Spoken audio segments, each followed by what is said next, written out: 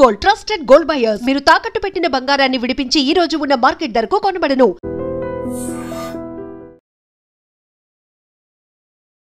KPHP తులసి నగర్ కాలనీలో ఏపీకి సంబంధించిన ఇద్దరు దంపతులు నివాసం ఉంటున్నారు. అట్లాగే వాళ్ళకి 4 ఏళ్ల కుమారుడు కూడా ఉన్నాడు. అయితే భర్తనేమో సాఫ్ట్వేర్కి సంబంధించిన జాబ్ చేస్తూ ఉంటారు హైటెక్ సిటీలో. ఈమెనేమో వర్క్ ఫ్రమ్ హోమ్ అంటూ చాలామంది కొన్ని వర్క్స్ చేస్తూ ఉంటారు. అందులో మోసపూరితమైనవి కొన్ని ఉంటాయి, ఇంకోటేమో జెన్యూన్గా ఉన్నటువంటివి కొన్ని ఉంటాయి. కానీ చాలా మటుకైతే ఈ మధ్యకాలంలో మోసం చేసే ఈ వర్క్ ఫ్రమ్ హోమ్సే చాలా పెద్ద ఎత్తున ఉంటూ ఉన్నాయి. మరి ఏం జరిగిందో ఏమో తెలియదు, కానీ ఈమె పేరు వచ్చేసి అనుష. అయితే అనుషకి గత కొంతకాలం క్రితం నుంచి కూడా ఈ వర్క్ ఫ్రమ్ హోమ్కి సంబంధించి ఎవరో చెప్పారట. అందుకని ఆమె కూడా ఈ వర్క్ ఫ్రమ్ హోమ్కి సంబంధించిన జాబ్స్ని సర్చ్ చేయడమే కాకుండా, అంటే ఒక రకంగా ఏమంటారంటే బెట్టింగ్ యాప్స్లో కూడా ఈమె డబ్బులు పెట్టడం కూడా అలవాటుగా ఉందట. సో ఈజీ మనీ ఎట్లా సంపాదించవచ్చు, ఇట్లా కష్టం గిష్టం ఏం కాదుగా, ఈజీ మనీ ఎట్లా సంపాదించవచ్చు అని ఆ ధ్యాసలో పడి పూర్తిగా ఇంటర్నెట్ని సర్చ్ చేయడం, అట్లాగే ఏమేం జరుగుతోంది, ఏమేం చేస్తే తొందరగా డబ్బులు వస్తాయి, ఇట్లాంటివన్నీ వెతకడం స్టార్ట్ చేసిందట. అందులో భాగంగా ఏం చేసిందంటే ఫస్ట్ వర్క్ ఫ్రమ్ హోమ్కి సంబంధించి ఒక యాడ్ని చూసింది. అందులో ఒక 1000 పెట్టుబడి పెడితే మీకు నెల తిరిగే లోపల 30,000 రూపాయలు రిటర్న్స్ వస్తాయంటూ కూడా ఒక ప్రకటన చూసింది. అందులో భాగంగా ఏం చేయొచ్చు ఏంటి అనేది కూడా పూర్తిగా చూసినప్పుడు ఆమె 1000 పెట్టుబడి పెట్టగానే ఆమెకు నిజంగానే ఒక నెలలో 30,000 రూపాయలు రిటర్న్స్ వచ్చాయి. దీంతో ఆశ పుట్టింది అనుషకి. దెన్ అగైన్ ఆ 30,000 పెట్టుబడి పెడితే 1,00,000 రూపాయలు ఇస్తాము అని ఆశ చూపారు. సో ఏంటి ఆ కంపెనీ ఏంటి అనేది కూడా ఏమీ ఆలోచించకుండా 1000కి 30,000 వచ్చాయి కాబట్టి ఇప్పుడు 30,000 పెడితే 1,00,000 వస్తాయి అనుకుంది. అంతే, ఏమీ ఆలోచించకుండా 30,000 అగైన్ పెట్టుబడి పెట్టింది. అది 30,000 పెట్టుబడి పెట్టేటప్పుడు కూడా, అంటే ఆమెకు 1000 నుంచి 30,000 వచ్చినప్పుడు కూడా ఆమె భర్తకు ఎట్లాంటి ఇన్ఫర్మేషన్ లేదు. మళ్ళీ 30,000 పెట్టేటప్పుడు కూడా కనీసం భర్తకు ఏమాత్రం చెప్పకుండా అట్లా పెట్టుబడి పెట్టేసింది.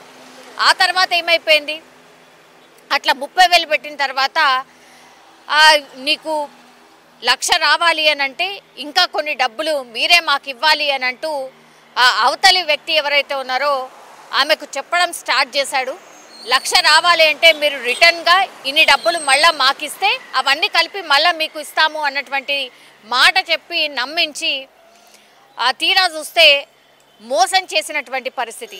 మోసపోయాను అని ఎప్పుడు తెలిసింది అంటే ఆమె దగ్గర ఉన్నటువంటి బంగారం ఏదైతే ఉంటుందో దాని అన్నిటినీ కూడా తాకట్టు పెట్టి, ఎందుకంటే భర్తకు చెప్పలేదు కదా ఇట్లాంటి పెట్టింది అని చెప్పలేదు కాబట్టి ఆమె దగ్గర ఉన్నటువంటి బంగారాన్ని తాకట్టు పెట్టి ఆ డబ్బును తీసుకొచ్చి అగైన్ మళ్ళీ ఈ వర్క్ ఫ్రమ్ హోమ్కి సంబంధించి ఏదైతే ఆమె ఆ ట్రాప్లో పడిందో వాళ్ళకి పంపించిన తర్వాత ఎంతకీ డబ్బులు ఇవ్వకపోగా ఇంకా మీరు డబ్బులు పంపిస్తే కానీ మేము అవన్నీ డబ్బులు ఇవ్వడము అని ఇట్లా చెప్పడం స్టార్ట్ చేశారు. దీంతో ఆమెకు అర్థమైంది ఏంటి అని అంటే, అనుషకి అప్పుడు అర్థమైంది నేను మోసపోయాను, నా డబ్బులన్నీ పోయినాయి, ఇప్పుడు నేను తాకట్టు పెట్టిన బంగారం అదంతా కూడా అటే పోయింది అన్నటువంటిది అర్థమైంది. ఆ తర్వాత ఏం చేయాలి, ఇప్పుడు ఆమె బంగారం అమ్మి ఆమె బంగారం తాకట్టు పెట్టి ఇవన్నీ తెచ్చింది. సో ఆ బంగారాన్ని విడిపించాలి, లేదంటే భర్త తనని అడుగుతాడు కాబట్టి ఇంకో చోటు నుంచి అప్పు తీసుకొచ్చి ఆ బంగారాన్ని విడిపించింది. కానీ అప్పు అలాగే ఉండిపోయింది. ఇప్పుడు ఈ అప్పు తీర్చడానికని ఆమె బెట్టింగ్ యాప్స్లో పెట్టుబడి పెట్టడం, బెట్టింగ్ యాప్స్లో డబ్బులు పెట్టడం స్టార్ట్ చేసింది. అక్కడ కూడా పూర్తి స్థాయిలో మోసపోయింది. సో ఇవన్నీ వరుస పెట్టి ఒకదానికొకటి జరగడంతో ఇంకా ఎవరికి చెప్పాలో అర్థం కాక ఫుల్ స్ట్రెస్లో ఉండి అప్పులు పెరిగిపోయాయి కాబట్టి భర్తకు చెప్పుకోలేక, అటు తన అనే వాళ్ళకి ఎవరికి చెప్పుకోలేక ఇంకా నేను బతకడం వేస్ట్, నాకు ఆత్మహత్య శరణ్యం అంటూ ఆమె ఒక సూసైడ్ నోట్లో కూడా క్లియర్ కట్గా ఏమేం జరిగింది, ఎక్కడ పెట్టుబడింది, ఎక్కడ పెట్టుబడి పెట్టింది, ఎన్ని అప్పులు ఉన్నాయి, ఇవన్నీ రాసి పెట్టి సూసైడ్ నోట్ రాసింది. అట్లాగే అందరికీ సారీ చెప్తూ ఆ సూసైడ్ నోట్లో రాసుకొచ్చినటువంటి పరిస్థితి. ఇదంతా పూర్తిగా అంటే చేయి దాటిపోయిన తర్వాత వాళ్ళ హస్బెండ్కి కూడా తెలియనటువంటి పరిస్థితి. ఏం చేసింది, ఇవన్నీ అప్పులయ్యాయి, అన్నీ అయిపోయాయి కాబట్టి ఆమె వాళ్ళ హస్బెండ్ 11 గంటలకు రాత్రికి, అంటే ఆయన డ్యూటీ చేసుకొని సాఫ్ట్వేర్ ఇంజనీర్ కాబట్టి హైటెక్ సిటీ నుంచి డ్యూటీ చేసుకొని 11 గంటల ప్రాంతంలో వచ్చినప్పుడు 4 ఏళ్ల కొడుకు అండ్ తను ఇద్దరు మాత్రమే ఉంటారు. ఆమె ఫ్యాన్కి ఉరేసుకుంది. పాపం మరి 4 ఏళ్ల కొడుకు అప్పటికే పడుకున్నాడా లేదా తెలీదు, వాడికి ఎలా రెస్పాండ్ అవ్వాలో కూడా తెలియదేమో. మేబీ 11 గంటల రాత్రి తలుపు ఎంత కొట్టినా తీయట్లేదు, వాళ్ళ హస్బెండ్ వచ్చి ఎంత తలుపు కొట్టినా తీయట్లేదు. పక్కన కొలీగ్ కూడా ఉంటాడు, సో వాళ్ళు కూడా తలుపు కొట్టడం స్టార్ట్ చేశారు. చాలాసేపటి తర్వాత ఈ 4 ఏళ్ల బాలుడే లోపల నుంచి ఒక స్టూల్ వేసుకొని దానిపైన ఎక్కి ఆ డోర్ని తీస్తే కానీ లోపలి వెళ్ళి చూసేసరికి ఇప్పుడు వాళ్ళ భార్య ఫ్యాన్కి ఉరేసుకొని చనిపోయినటువంటి పరిస్థితి. ఎంత హృదయ విదారకం చూడండి. 4 ఏళ్ల చిన్నారున్నాడు, తల్లి చనిపోయినట్టు కూడా ఆయనకు తెలీదు. ఆయన్నే డోర్ దగ్గరకు వచ్చి స్టూల్ వేసుకొని డోర్ తీసేసరికి వాళ్ళ భార్య అండ్ వాళ్ళ అమ్మ ఉరేసుకున్నటువంటి పరిస్థితి. అండ్ అసలు ఏం జరిగింది ఏంటి అనేది కూడా ఒక సస్పెన్స్ లాగా, అంటే అసలు ఎందుకు వేసుకుంది ఎవరికీ తెలియదు. దీంతో సూసైడ్ నోట్ రాసింది కాబట్టి, దొరికింది కాబట్టి, ఆమె ఏమేమి తప్పులు చేసింది, ఎందులో పెట్టుబడి పెట్టింది, ఎన్ని అప్పులు ఉన్నాయని రాసుకొని వచ్చి అందులో నోట్లో రాసింది కాబట్టి తెలిసింది. ఆ తర్వాత పోలీసులకు ఇన్ఫర్మేషన్ ఇచ్చారు. పోలీసులు కేసు రిజిస్టర్ చేసుకొని మీరు ఈమె ఎక్కడ పెట్టుబడి పెట్టింది అంటే అగైన్ సైబర్ నేరం కిందనే వస్తుంది.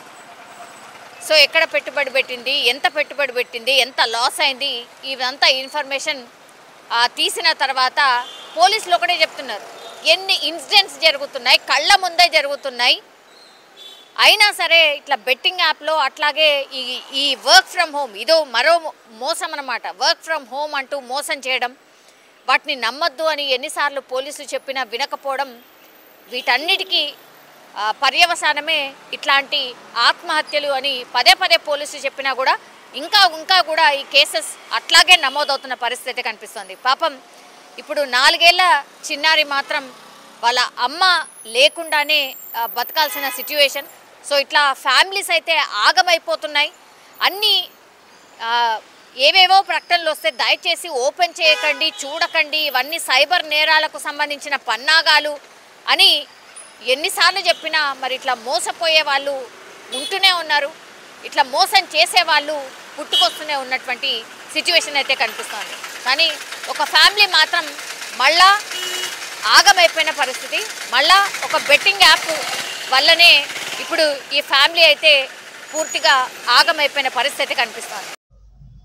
మాకు 8th రోజు లేట్ నైట్ ఒక కాంప్లైంట్ రావడం జరిగింది.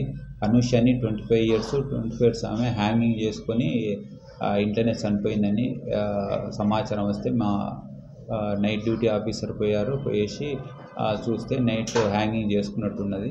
అయితే వాళ్ళ భర్త సాఫ్ట్వేర్ ఇంజనీరు హైటెక్ సిటీలో చేస్తారు. వాళ్ళ భర్త 11 o'clock అట్లా వస్తాడు. ఈమెనేమో ఇంట్లో సాఫ్ట్వేర్ వర్క్ ఫర్ హోమ్ అని చెప్పేసి ఇంట్లోనే వర్క్ చేస్తుంటుంది. యాప్ ప్లస్ బెట్టింగ్ కొద్దిగా అలవాటు ఉన్నది. ఆ గోల్డ్ తాకట్టు పెట్టి వేరే వాళ్ళ దగ్గర అప్పు తెచ్చుకున్నది. అదే కాక ఫ్రెండ్స్ దగ్గర అప్పు 1.5 lakh దగ్గర తెచ్చుకున్నది.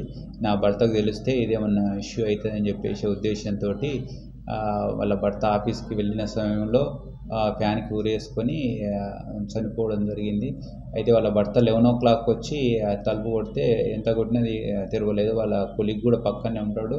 వాళ్ళ కొలీగ్ ఇద్దరు వచ్చి ఎంత సౌండ్ చేసినా రాలే. వాళ్ళ 4 years బాబు ఉన్నాడు. ఆ 4 years బాబు వచ్చేసి బెంచ్ స్టూల్ వేసుకొని బోల్ట్ తీసేస్తే చూసుకుంటారు. కానీ అప్పుడే సూసైడ్ నోట్ కూడా రాసింది. అందులో నేను ఇట్లా అందరికీ బై అందరు అని ఐ లవ్ ఫర్ ఆల్ అని చెప్పేసి రాసేసి నేను ఇవన్నీ చేసిన అని చెప్పేసి సూసైడ్ నోట్లో రాయడం జరిగింది.